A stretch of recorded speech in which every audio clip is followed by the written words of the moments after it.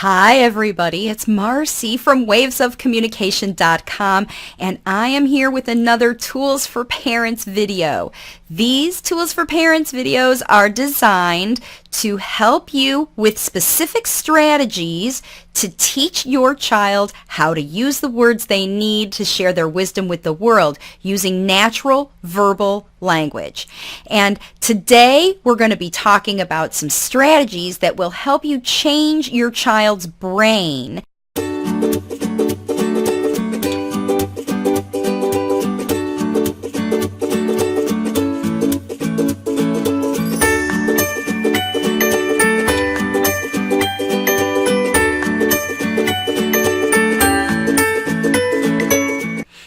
My name is Marcy Melzer, and I am an intuitive speech and language pathologist consultant. And I help parents teach their late talking children how to use natural verbal speech to share their wisdom with the world. And I do that in my Waves of Communication language facilitation parent coaching programs. I teach parents how to become language facilitators.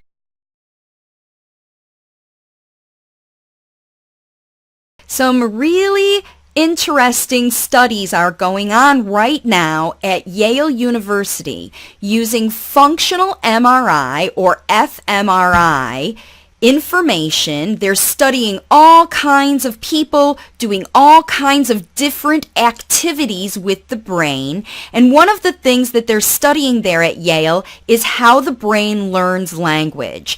And so I'm very interested in that information because it's my mission to help as many parents as possible learn to teach their kids to activate the areas that are already naturally wired in our brain but aren't working in some kids. And we got to get those areas working so the brain can learn to change and learn to learn language. And I know it's happening with language facilitation because it's working for families all over the world.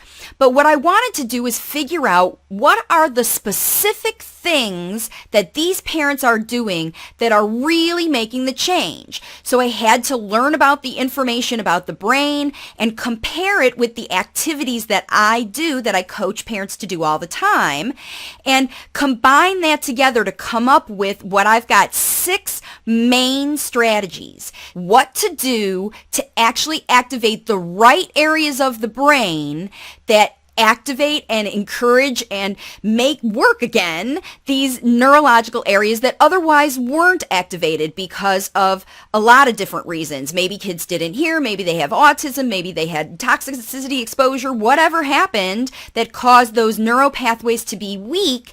As long as they have the right stimulation, kids' brains can change and learn how to work around those areas because kids' brains know how to learn really well and they can change. This video is for you if you are interested in helping your child's brain learn how to learn language, all right? Because right now your child's brain doesn't know how to learn language very well. It's not working at its best equipment. And so we want to enhance that equipment so that your child's natural brain learning, the things that are working in them, we enhance those things to get the other parts that aren't working so well activated as a connector, as a helper. And that's how the brain can learn how to learn language, because it doesn't come out just spontaneously knowing it. The brain has to learn language, but we have to activate the way for it to work.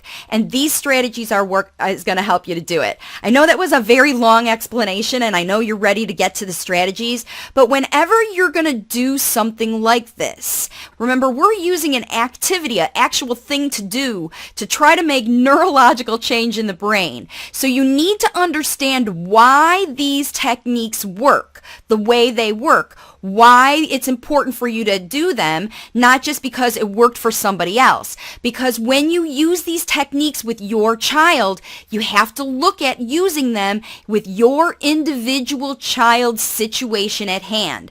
That's why I can't give strategies specifically to each one of you. I have to give you general strategies that you're going to have to be able to use intuitively as you look at your child and implement them in your life. But all of these strategies, each one one of these 6 things are necessary for you to do to get the whole process activated, because it's a very complex neurological process learning language, and there's different things that are involved as far as neuroprocesses. So that's why we've got to do these 6 different areas, and this is what I've come up with. Now, the caveat to all of these things is that you have to be talking to your child while you're doing them, okay?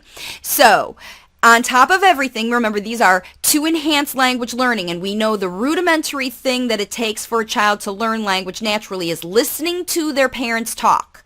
So the overriding strategy that you do before you implement any of these other ones is you have to talk with your child while you are doing each of these strategies. All right, without further ado, let's get started with strategy number 1, which is to move. All right, what they found in these MRI studies is that there's a big connection between where the movement centers of the brain are and the language learning centers of the brain. And a lot of kids who are late talking are really good at moving. In fact, they really like to move. And when we do this brain change stuff, we have to connect something that the brain is really good at with something the brain's not so good at. And we have to connect those things together. And this is how we do it with activity.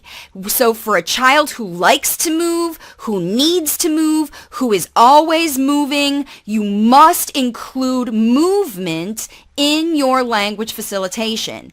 So while you move, you must talk with your child. So you're going to be moving, doing whatever your child wants to do to move. So if your child likes to flap their hands, if flapping their hands helps them learn to talk better, if they seem to want to move, if they're bouncing in their chair, if they're moving a lot while they're talking, if they make these kind of movements, if they do things with their body, they are subconsciously trying to help their language parts reactivate through this movement. So strategy number 1 is move with your child while you are talking to your child. Move with your child and talk to your child. You are running, and talk about what your child's doing while they are moving, because that's where their focus is.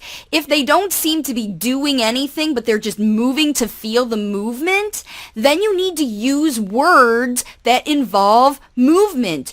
Go, run, sway, swing, dance, all of that stuff, okay? So if you have a child who has an apraxia diagnosis, or you think that there's apraxia, or there's any kind of apraxic anything, this is the strategy you must use, because that's what's blocked.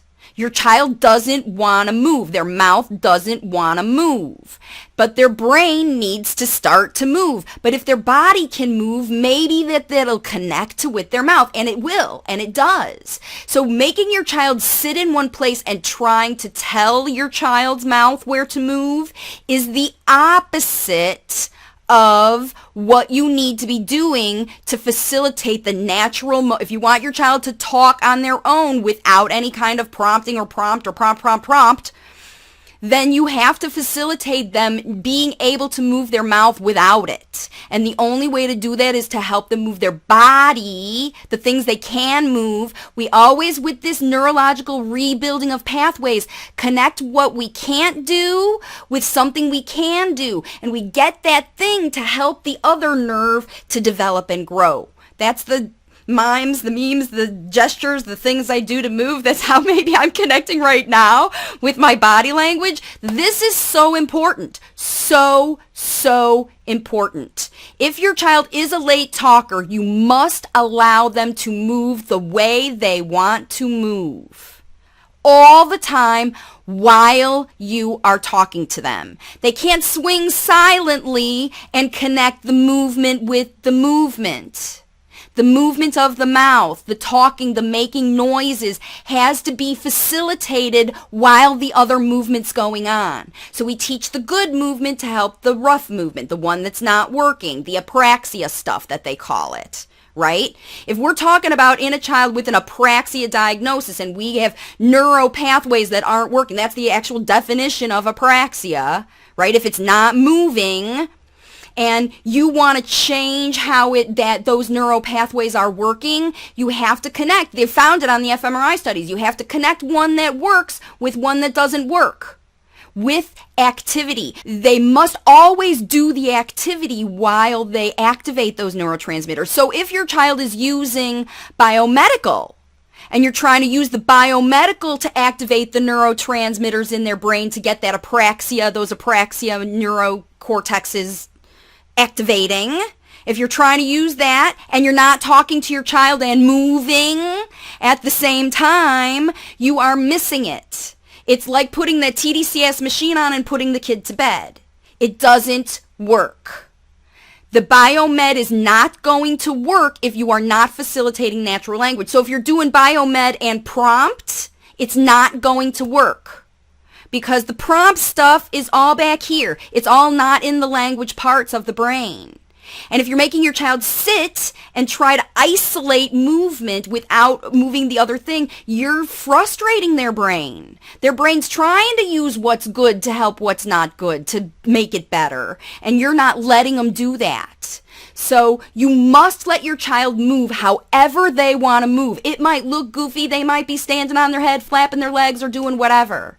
The thing is, as their mouth moves better, all those other extraneous movements decrease because they're just using them as a crutch, as a tool, my leg's not working really good, I need a crutch right now. The movement of their whole body is key, is necessary. And if you do it in an organized way, which is dancing, it's bonus, because that includes number two.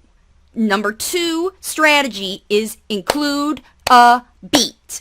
Talk about the beat of the language you are teaching. Talk about the beat of the language you are teaching. If you talk to your child in the way of the language that you are teaching, that's activating a part of their brain that teaches their brain how language works, because every language has a sing-song and a rhythm, and every language has a different one. Dr. Harry told us that on the video the other day, where he shared that when kids are learning French or Spanish or any kind of Tamil, any kind of Indian language, even different Indian languages, they all have a different beat and they all have a different rhythm. And dancing has a beat and a rhythm and movement. So beat and rhythm teach a child how to learn a process, how to learn that language has a system. Language has a flow. Every language has a pattern. A lot of kids, late talking kids, love patterns. They love to spell words. That's why they learn to read, because they love to learn the patterns of the language. They learn how the words go together. A lot of late talkers are amazing at math. They understand the algorithms. They understand how things go together. They look at things from patterns. They learn in real interesting, different kinds of ways. Why? Because the way that other people learn, those things are broken in their brain. And their brains are trying to learn using the other things that they have. Learning rhythm and patterns is a skill that many late talkers are good at, and we match what's good at with what's not good. And so learning patterns is another way to connect the language part of the brain with a skill that kids are really good at. Patterns, routine, rhythm, beat, consistent kind of stuff. So talking in a rhythm, the rhythm of the language, while you're moving body, while you're doing things, and you can do it while you're brushing teeth. Maybe not while you're brushing teeth because you're talking, but while you're getting dressed. Put your arm in the shirt. Put your arm in the shirt. It's a repeated activity. You do it every day, and your child's just flapping while you're having conversation. That's okay. You don't have to talk about the flapping. You don't have to call attention to the flapping. None of that. Let's move into strategy number 3 now, which is motivation.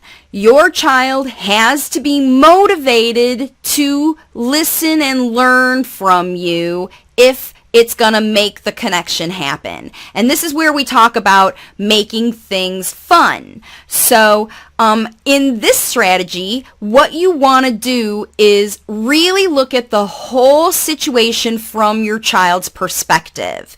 Some kids like to hold on to something to have as a security or, whatever. It's important that you talk about this thing that they're holding, that they love, that they have an attachment to, because they're not putting it down because they have an attachment to it.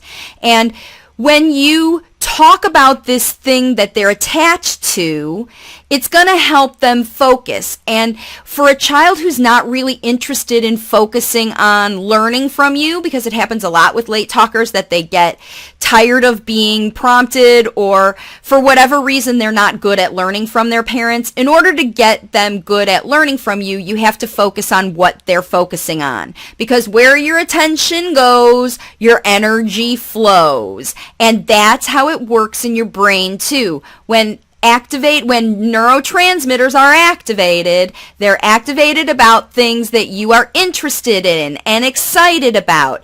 If you are nonchalant or don't care about something, the neurotransmitters aren't going to light up. So here's the thing. You can dance and move and talk in rhythms and all that kind of stuff all the time for your child. But if your child's not focused on you or listening to you, then it's kind of like putting that TDCS machine on without any kind of electricity hooked up to it. There's nothing to actually excite the neurotransmitters. All you're doing is the activity, but remember, those pathways are broken. Those pathways aren't working very well, and you need to do something to excite them and make them want to help their friends and move over and the good things help the not so good things. What helps them do the extra work to compensate? Fun and excitement and interest. So whatever your child finds fun must be fun. And that's what we talk about. If it isn't fun, it isn't fun. So whatever the movement or activity is, you have to get your child to enjoy it. And that goes with their emotional regulation. They have to make it feel easy, happy, safe, and fun. They have to feel it's not going to threaten them. They have to be something that they're curious about or interested in. If you want to draw their attention away to something else, then you have to talk about something else that also that they are interested in. And that's actually the next strategy. Number 4 is what I call familiar but new. The way you get a child to talk about things that you want them to learn about and learn to do is you have to match it with something they already enjoy. So if they already enjoy playing in water, then you need to play in water and talk to them. Because remember, all the strategies overlying are children listening to their parents talk, and you talk about what you're playing with the water, and you don't direct your child and say, look at me. You say, what are you doing? You talk about what your child is doing, and you see what they're focused on. And if you do something cool and your child draws attention to you, then you talk about it. But not until they do, because it doesn't make sense to say, no, what you're doing is all right, but what I'm doing is better. And that's not going to get anybody to listen to you. You have to make your child motivated to listen to you, and you do that by making it fun. And then if you want to get them to listen to something that maybe they weren't previously motivated in, it has to connect with something they already find fun.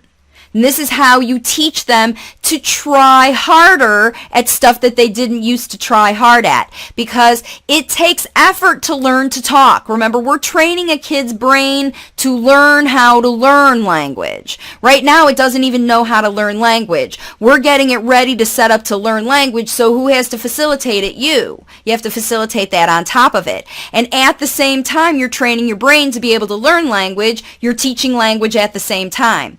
And your child needs to hear you learn all different kinds of language. And now that you've trained your child's brain with the movement and the rhythm and their focus and attention, then you have to move into the next strategy, which is to talk with them as a conversational exchange where you're getting language to go back and forth. And it's not just you asking a question and them answering, and you asking another question and them answering. You need to teach them how to comment and share verbal experiences, or share experiences with verbal speech, and share old verbal experiences with new verbal experiences, and talk about memories. What happened at school? What did we do before? And in order to facilitate that level of language, this other stuff has to happen first. But if your child is at that level, then you can facilitate that too by facilitating conversational exchange of speech. And this is a level where a lot of parents get stuck in their language facilitation journey. How you do that is you eliminate prompting altogether. And that's how you will know what to say. When you're not trying to figure out what to tell your child to say, instead you're just saying what's on your mind. When your child's brain is able to learn, because you get them past that point, when they're able to learn because they're already starting to say words on their own, when they get past there, then they need to just listen and hear a lot of verbal language exchange experiences. But parents don't tend to move on. They tend to want to teach their kids more of these imitative phrases and how to say. Now they know how to say I want juice. Now they want to teach them how to say a phrase to use this and say a phrase to use that. And kids learn to learn language that way off the TV, and they start to use groups of language that they picked up as their own language bits. But see, this whole idea of talking and using and learning the rhythm of the language and how the language goes, all that stuff comes together to make these strategies really hit and focus to the point where it becomes kids sharing their own ideas independently. Okay? But these underlying brain processes must be activated with these other strategies. Okay, so now we're moving into strategy number 6, which is the last strategy to actually, it probably should be the first strategy, because the whole deal that you need to understand that they actually are very excitingly just able to see now on fMRI studies is how much your mindset and how much what you say actually affects what's happening in your child. And what's really exciting about this is at Yale, they have been able to put fMRI units on a child and a mom at the same time, and they have found that when the mother talks to the child, they've seen the brain light up in both the mom and the child in the same areas in the same way. So this intuitive listening and connection is actually being observed on MRI. Okay, so what you need to, why that is important in this strategy. Your child is listening to you all the time. All the time. And they are responding emotionally with this mind. I call it this mind. Your emotional mind, the one that you can't see on MRI, but now we're actually starting to see on MRI, you know, the things that we never could identify or touch or look at before. Now scientists are actually seeing how a mother's mind affects a child, literally what's coming out of the mom's mouth is affecting a child's brain to light up. And knowing this information and understanding it as a parent should make you pause and stop and think about everything that's coming out of your mouth. Everything that you say to, for, around, and about your child. Because even if your child is not there, and you talk about your child, it's kind of like, you know, if somebody's talking about you and you're not around, or if your child's in the other room, or God forbid they're in the same room and you're talking about them with professionals or friends or anybody, and they put your child down, or you say something, or you argue with someone about your child, even if you're defending them, and you're very passionate about that, and you see that as a fight, your child doesn't see that as anything more than a fight. And if you want your child to listen and learn and love to learn natural spoken conversational language, that's what your child has to hear from you a lot. all the time, as much as possible. So this strategy, this last strategy, that you must pay attention to what you say, all surrounding your child and all surrounding your life, because this mind can change this one without any kind of neurotransmitter involved. The neurotransmitter of this mind is love. And like Dr. Harry says, and I completely agree with, there's only two things that make kids talk: love and money. Love works this mind and helps a child learn from their parents. Money is exchange. Kids will talk to get things, make things happen, go to, get the food, the iPad, the thing. They will spontaneously talk and say for the things that they love. That's the money. And what you need to understand as parents is, what's the output? If you're using love to train your child how to naturally communicate, they are going to communicate with love. If you train your child to talk with money or exchange, then you're going to teach your child to communicate just for that purpose. And natural verbal communication to share ideas is how we communicate our love to each other, our friends, our family, the people in our community, the people in our world. And if we want our kids to share their wisdom with the world, we need to show them how to do that with love. And we need to talk with them, about them, for them, to them, and all surrounding them with love in our hearts. And when you do that as a mom or dad or caregiver or whoever is facilitating language for a late talking child, you will know exactly what to say when you facilitate language for them. You'll know because you're connecting with them. You're using what they see on MRI. You're already connecting with them on an energetic level. Share the good stuff. Share those experiences. Share the fun, right? Because remember, this strategy, you have to have fun in the whole process. And if you're connected and having fun with all positive, vibey kind of stuff, that's where the language comes from. That's how this mind trains this mind. And not only does your child's mind maybe need a little training, but yours could too. Now that you understand what it takes for a brain to learn language. When you think about it, if you weren't late talking, how did you learn language? It just happened naturally for you because human brains are wired to learn language. But some of these kids, they had some damage due to something. But the thing is, brains are smart and brains know how to grow. They're plastic, which means just like plastic you can pour into a mold and turn it into something new. New neural pathways can develop, and scientists for decades and decades have learned that it's the combination of the neurotransmitters being excited and the right kind of activity. So doing the right kind of activity to facilitate the neural pathways that now are identified over and over again for decades and documented and published that light up when kids talk. Here's the strategies in this video to get you going.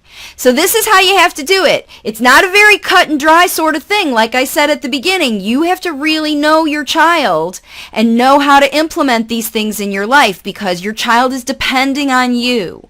And you as parents are the only ones that have access to all of these strategies to be able to get these neurotransmitters excited. And then once you get your kids starting to talk and starting to use interactive language, all the other stuff about playing with puzzles and modeling words and talking in phrases and that kind of stuff that facilitates natural verbal exchange and how it evolves into conversation, all that stuff comes later. But first you have to teach your child's brain how to learn language. Because it doesn't know how yet. It needs to learn how. And you can train it how to do that with language facilitation and these strategies. Now, if you are using biomedical, if you are using TDCS, if you're using chiropractic, if you're using other holistic, if you're using diet changes, all of those other things that are working with the gut-brain connection, that are working with the neurotransmitters. That's what it's all about. All of those other modalities are about exciting these neurotransmitters. And any of that you do, stem cells, same thing.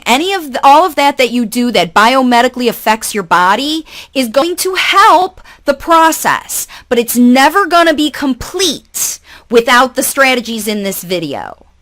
And because it's the strategies in this video that are the functional activities that are necessary for you to excite those neurotransmitters that are going for you.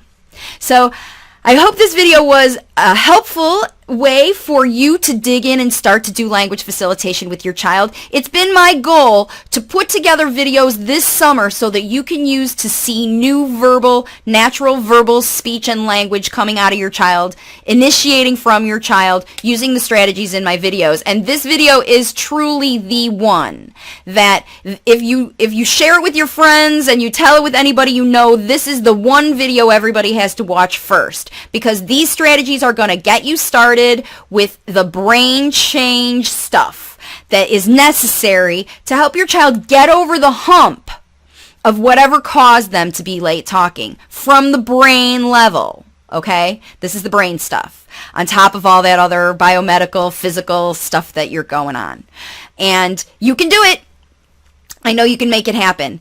Look, if you want to work with me to learn how to implement strategies like this in your life, I can give you custom strategies to tell you how to do these things while you're getting your kids dressed, while you're driving in the car, while you're walking in the park, and especially while you're traveling on vacation and you're doing new things. That's what's happening with families in my program right now. They are learning how to use their everyday experiences, and all of the strategies that I coach them with now are focused completely on these levels, because I know that whatever they're doing with their kids must be the right activity, and if they veer off and they start to do stuff that's not going to trigger these things, I steer them away from it and back to this natural language facilitation. And honestly, they're finding out that it's way more fun to do it this way anyway, because remember, if it isn't fun, it isn't fun, and who doesn't want to do it the fun way? And the fun way is the easy way, and it's with love, and it's with, fun. And that's why you need to be doing it if you want to teach your child,